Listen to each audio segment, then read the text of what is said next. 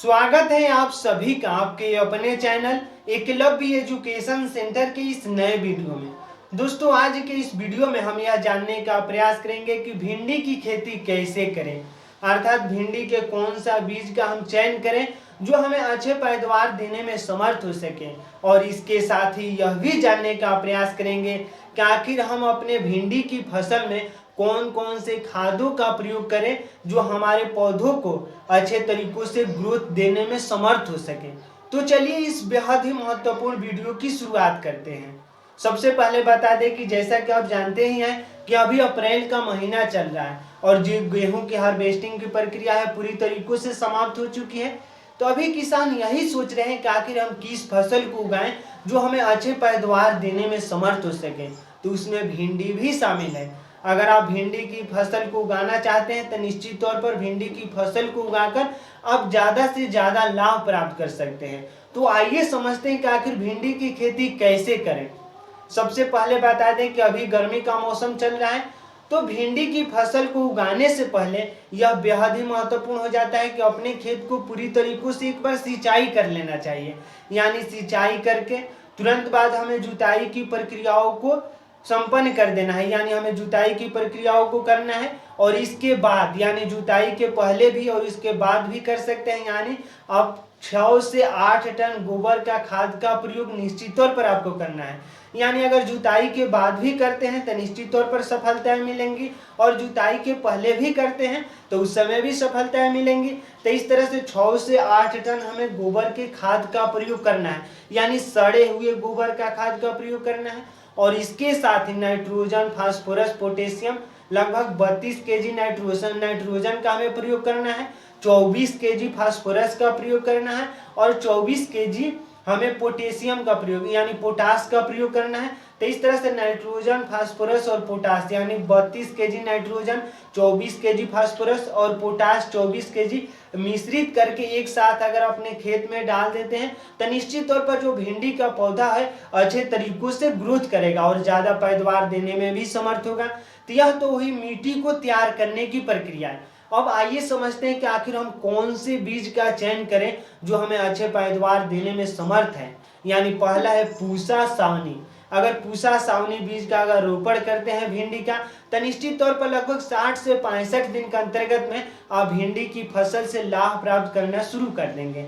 और इसके साथ ही दूसरा है परभनी क्रांति। यानी परभनी क्रांति लगभग 50 दिन के अंतर्गत में आपको भिंडी देखने को मिल सकता है। यानी परभनी क्रांति 50 दिन के अंतर्गत में तैयार हो जाता है।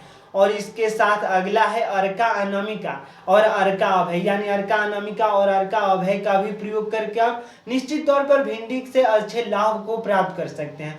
तो इस तरह से भिंडी के बीज के ऑप्शंस आपके 4 ऑप्शंस मौजूद है। यानी भिंडी के बीज के रूप में आपके सामने 4 ऑप्शंस मौजूद है: पूसा सावनी, परभनी क्रांति, अर्का अनामिका और अर्का अभय। इन चारों बीजों में से किसी भी एक बीज का चयन करके निश्चित तौर पर आप ज्यादा से ज्यादा पैदावार को प्राप्त कर सकते हैं। अब आइए समझते हैं कि आखिर हम भिंडी की खेती मतलब सबसे पहले हमें जो सिंचाई के दौरान यानी हमें सबसे पहले उस सिंचाई के बाद हमें खेत की जुताई कर देना है। और जुताई के दौरान जब हम गोबर के खाद का प्रयोग करेंगे, नाइट्रोजन, फास्फोरस और पोटास का प्रयोग करके एक बार पुनः जुताई कर देंगे। और उसके तुरंत बाद हमें मेड़ लगा देना है, क्योंकि अभी गर्मी का मौसम चल रहा है। निश्चित तौर पर हमें सिंचाई पर भी ध्यान देना होगा, यानी हमें सिंचाई बेहद ही जरूरी हो जाता है।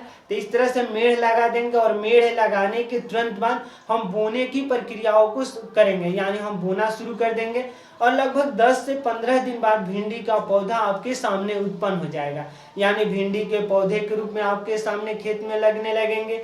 उसके दौरान यानी जैसे ही भिंडी पौधे के रूप में आपके सामने आएगा तो निश्चित तौर पर उस समय छिड़काव बेहद ही जरूरी है। अगर छिड़काव नहीं करते हैं तो जो भिंडी के जो पत्तियां है वो कीटाणु पूरी तरीकों से खा जाएंगे। तो इस तरह से हमें कीटनाशक दवाओं का छिड़काव निश्चित तौर पर करना चाहिए। और इसके साथ ही लगभग 15 से 20 दिन बाद निश्चित तौर पर एक बार सिंचाई कर लेना है। यानी लगभग जैसे ही 1 महीना अगर अंतराल में 1 महीना बाद वह भिंडी का पौधा फूल लगना शुरू कर देगा। यानी भिंडी के पौधा में आपको फूल देखने को मिल सकते हैं लगभग 40 से 50 दिन के अंतर्गत में। यानी अगर भिंडी का जैसे ही आपको फूल दिखे तो निश्चित तौर पर उस समय भी छिड़काव करना बेहद ही जरूरी है। अगर छिड़काव नहीं करते हैं तो जितने भी फूल लगे होते हैं उनको कीटाणु नष्ट कर देते हैं। तो इस तरह से हमें छिड़काव बेहद ही जरूरी हो जाता है फूल लगने के समय। अगर हम उस समय छिड़काव कर देते हैं और एक सिंचाई कर देते हैं तो निश्चित तौर पर जो भी फूल लगे हैं भिंडी के पौधे पर वो फल में तब्दील हो जाएंगे, यानी भिंडी के रूप में हमें आ जाएंगे। तो इस तरह से भिंडी को हम आसानी से तैयार कर सकते हैं। और यह भिंडी ही एक ऐसा फसल है जिसको गर्मी के सीजन में उगाकर हम कम समय में ज़्यादा से ज़्यादा लाभ प्राप्त कर सकते हैं। यानी अगर मई में या अप्रैल में अगर खेती करते हैं भिंडी का तो निश्चित तौर पर जुलाई आते हैं तो पूरी तरीकों से यह समाप्त हो जाएगा, यानी आप लाभ प्राप्त करना शुरू कर देंगे और जुलाई के दौरान आप अन्य फसलों को भी उगा सकते हैं। तो इस तरह से यह गर्मी के लिए बेहद ही महत्वपूर्ण फसल मानी जाती है। तो आज के इस वीडियो में बस इतना ही।